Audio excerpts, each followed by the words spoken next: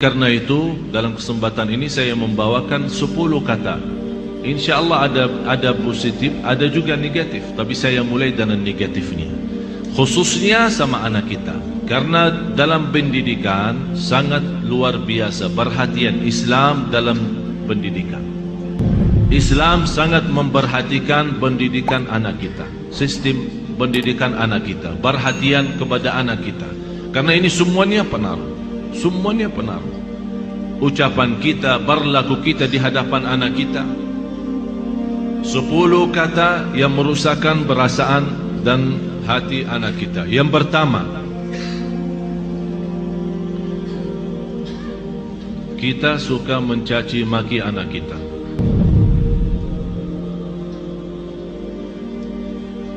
Ini sebuah bahaya, apalagi kalau kita lagi emosi. Dan saya selalu sampaikan kepada jemaah, kalau lagi emosi, jauh daripada anak. Jauh. Jangan jadikan anak korban. Saya tidak enak membawa ucapannya karena kita di dalam masjid, tapi ada banyak yang saya heran mengucapkan kata-kata yang saya malu sampaikan. Sama siapa? Sama anaknya sendiri. Kalau sama orang lain kita malu mengucapkan, apalagi sama anak kita.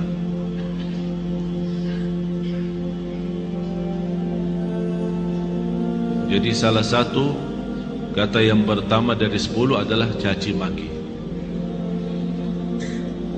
Yang kedua, kita menghina anak kita. Bagaimana menghina anak kita? Ya di depan kawan-kawannya. Kalau dia bersama kawan-kawannya di dalam kelas atau di sekolah, kita datang jemput atau hantar, tapi kita suka menghina anak kita di hadapan mereka.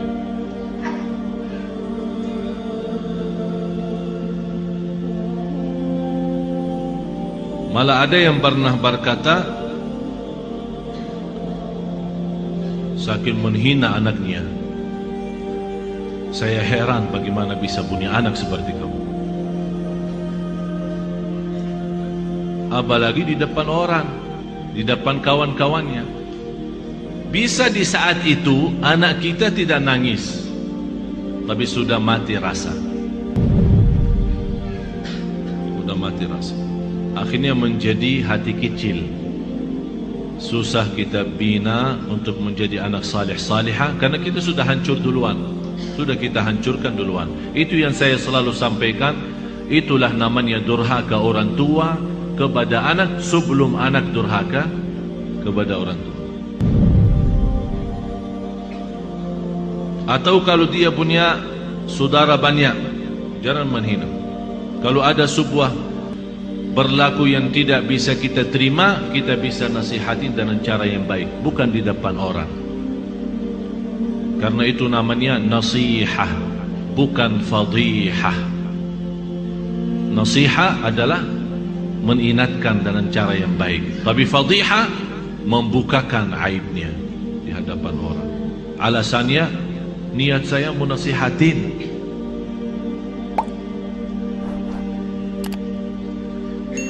Yang ketiga, selalu kita suka membawa bandingannya dia sama orang lain. Ini lihat, abang kamu jauh lebih pintar. Ini lihat, anak itu luar biasa. Kamu tidak bisa seperti mereka. Itu tidak bahaya itu. Ini mengakibatkan apa? Kecil hati. Yang kedua, benci sama orang itu. Akan menimbulkan rasa benci. Jadi akan selalu berlawan. Di mana ketemu kalau diajak main tidak mau sama. Karena kenapa? Karena kita selalu bandingkan ini A sama B. Apalagi kalau dia punya adik-adik yang lain. Coba adik kamu, abang kamu, kakak kamu, pintar bacaannya, pintar najinya, pintar salatnya. Kamu apa sih? Ini mohon maaf, ini bukan sering terjadi. Malah saya sendiri mendengar di hadapan saya, ibu yang membawa 3 anak, yang dinyakiti perasaannya satu.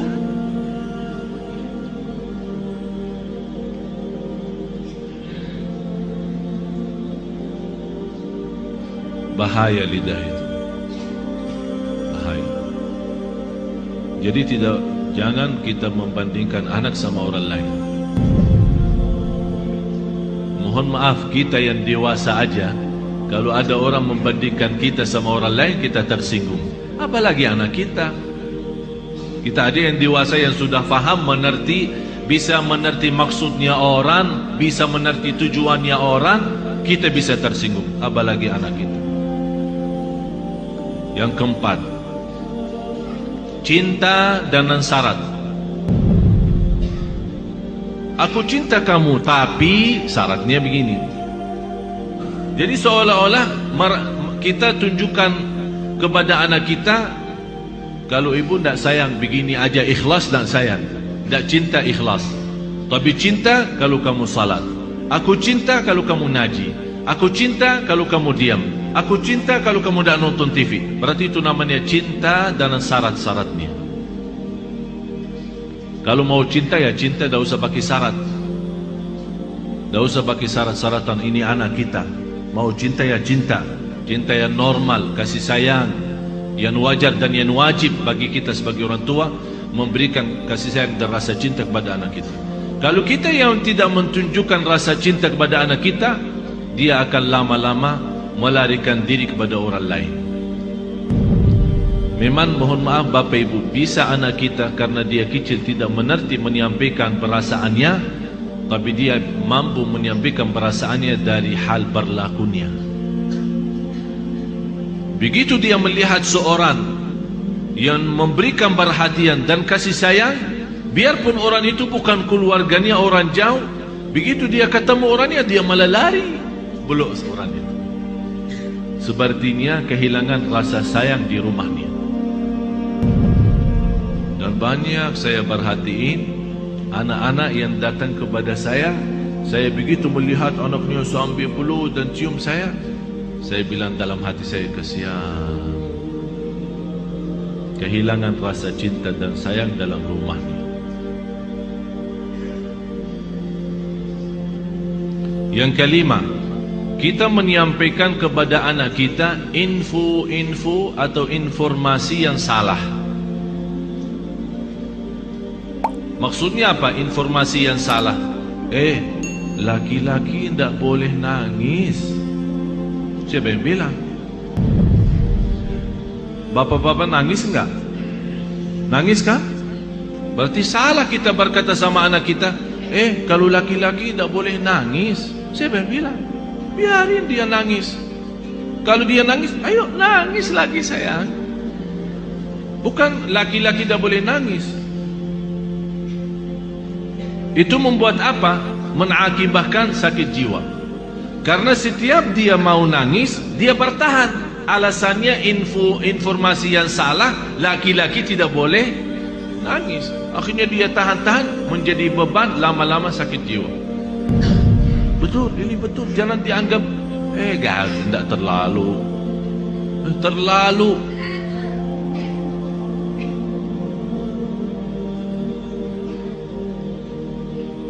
Yang keenam, ini yang lebih bahaya.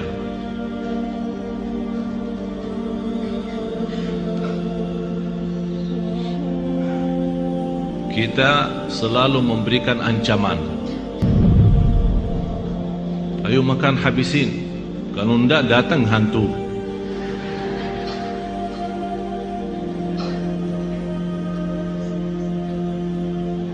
Mau tidur enggak? Kalau kamu tidak tidur, nanti datang hantu, temenin. Ini selalu kita, niat kita apa? Niat kita supaya dia cepat tidur, tapi mengakibatkan dalam perasaannya banyak hal yang tidak bagus. Padahal anak kita dari sisi psikologi jiwa dan akal, dari usia 2 tahun sampai 6 tahun dia mampu menguasai 7 bahasa. Ini bukan sembarangan. Ini ada orang keahlian psikologi akal dan jiwa membuktikan anak dari usia 2 tahun sampai 7 tahun Kalau diberikan perhatian sepenuhnya, dia mampu dari sisi psikologi, akal dan jiwa, mampu menguasai 7 bahasa. Bahasa kita, bahasa daerah, bahasa Arab, bahasa Inggris, terserah. 7 bahasa.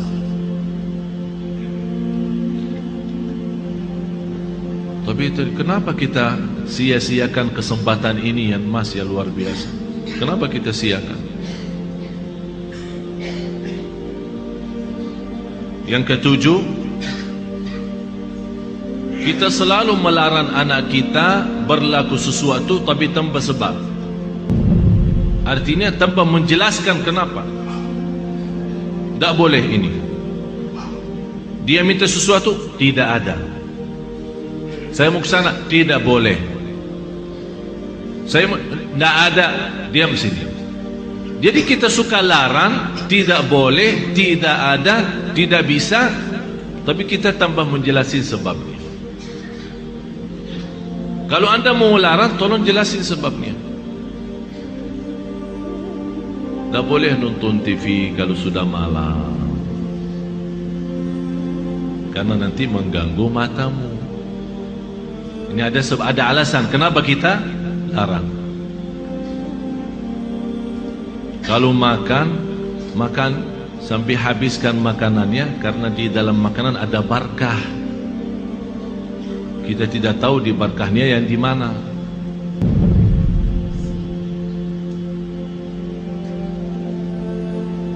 Jangan nonton TV, ayo sana tidur. Ibunya megang remote, teng teng teng.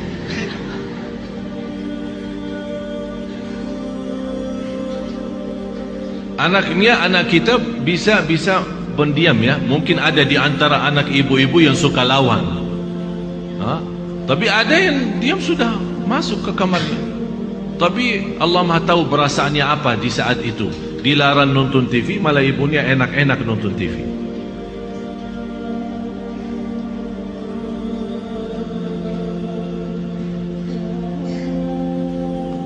Banyak hal Bapak Ibu yang perlu kita perbaiki. Banyak. Kalau kita memang ingin, bukan hanya doa mengharapkan anak saleh salihah, tapi ada contoh baik, ucapan yang baik. Yang ke-8,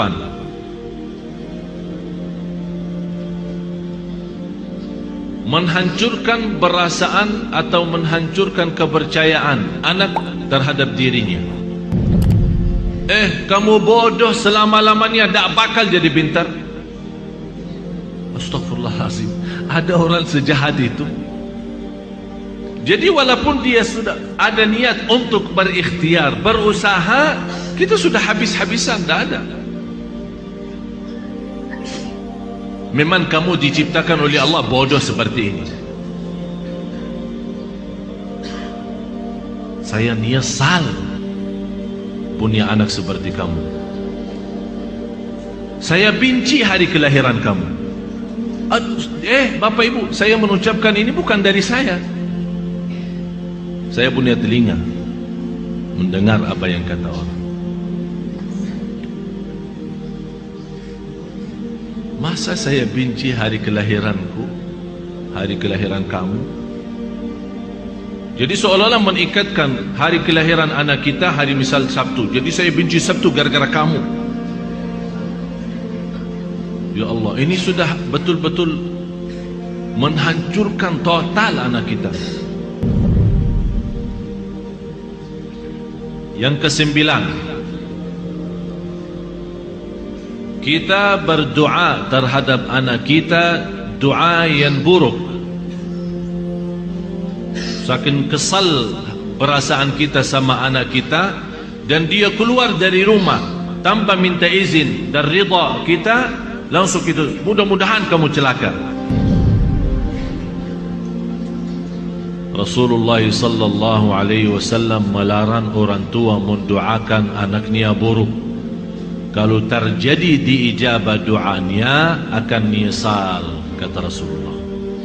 Biarpun ibunya, biarpun bapaknya betul-betul sakit hati sama anak, begitu dia mendoakan celaka, terjadi kecelakaan itu, pasti dia menyesal dan sedih, bisa nangis, dan bisa tidak memaafkan dirinya terhadap apa yang telah dia ucapkan. Kalau anda tidak mampu saking sakit hati sama anak kita, tidak bisa mendoakan baik, kembali lagi lebih baik diam. Kalau tidak bisa berdoa baik, lebih baik diam. Tapi bahaya, jangan mendoakan anak ini celaka. Salah satu kawan saya yang pernah saya ceritakan, yang punya 3 impian, 3 harapan, ingin kembali sihat, karena dia sekarang sakit lumpuh dari umur usia 18 sampai sekarang hampir 40-an. Dari umur 18 tahun, sekarang 40-an, sampai sekarang dia dalam kondisi lumpuh total, tak bisa bergerak sama sekali, masih bisa berbicara saja. Di antara harapan beliau, sebagaimana saya pernah jelaskan, ingin kembali sihat walafiat supaya bisa megang Al-Quran, ingin kembali sihat walafiat supaya bisa nikmati sujud, ingin kembali sihat walafiat supaya bisa memeluk orang tua dan mencium orang tua. Akibat sakitnya dia sampai dari sekian tahun, dari sejak 18 tahun umurnya sampai sekarang 40, sebabnya dia terjadi begini adalah doa orang tuanya. Karena dia pernah pulang tidak ke sekolah, orang tuanya tanya, kamu sudah sekolah hari ini enggak?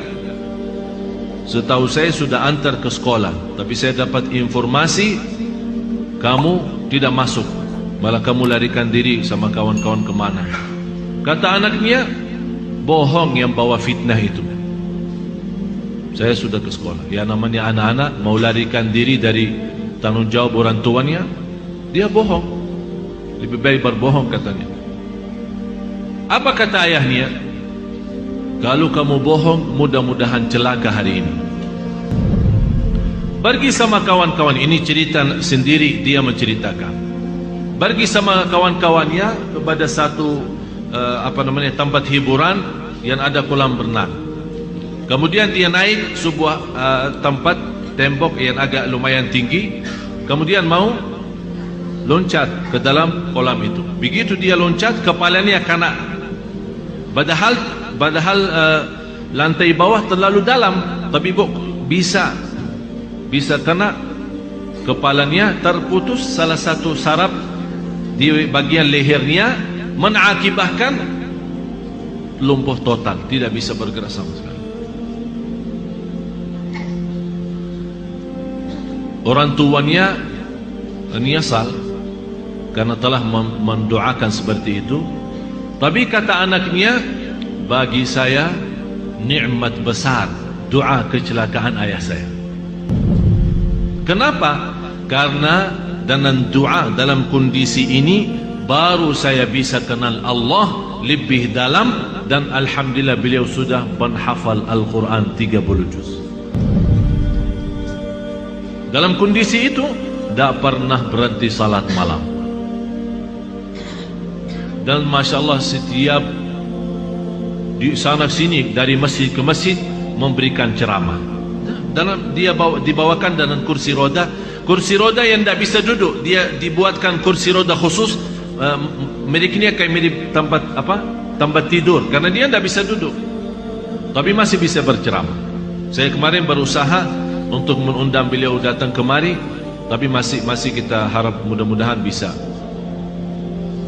Dan kemarin beliau mengundang saya acara pernikahannya. Subhanallah, ibu saya menceritakan istrinya cantik luar biasa. Sampai orang bertanya sama istrinya, apa yang kamu harapkan sama seorang seperti ini keadaannya? Dia berkata, saya harap masuk surga lewat si Abdullah ini. Jadi saya tidak harap apa-apa, tapi saya harap bantu dia seikhlas-ikhlasnya. Saya yang akan bersihkan, saya yang akan rapikan, saya akan bagi bajunya sama semua, karena saya harap lewat dia masuk surga.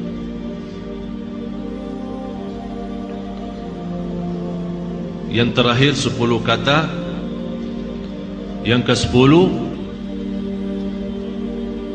kita suka membongkar dan membuka aib anak kita di hadapan orang lain.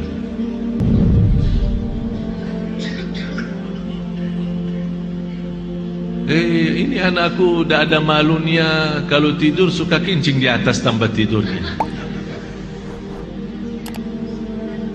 suka buang air di tempat tidur. Capek aku setiap hari bersihin tempat tidurnya karena bekas kencingnya. Ini kan dicerita sama kawan-kawannya di sekolah. Apa yang akan terjadi? Kawan-kawannya apa? Senang atau gimana? Kesempatan kan? Setiap dia datang,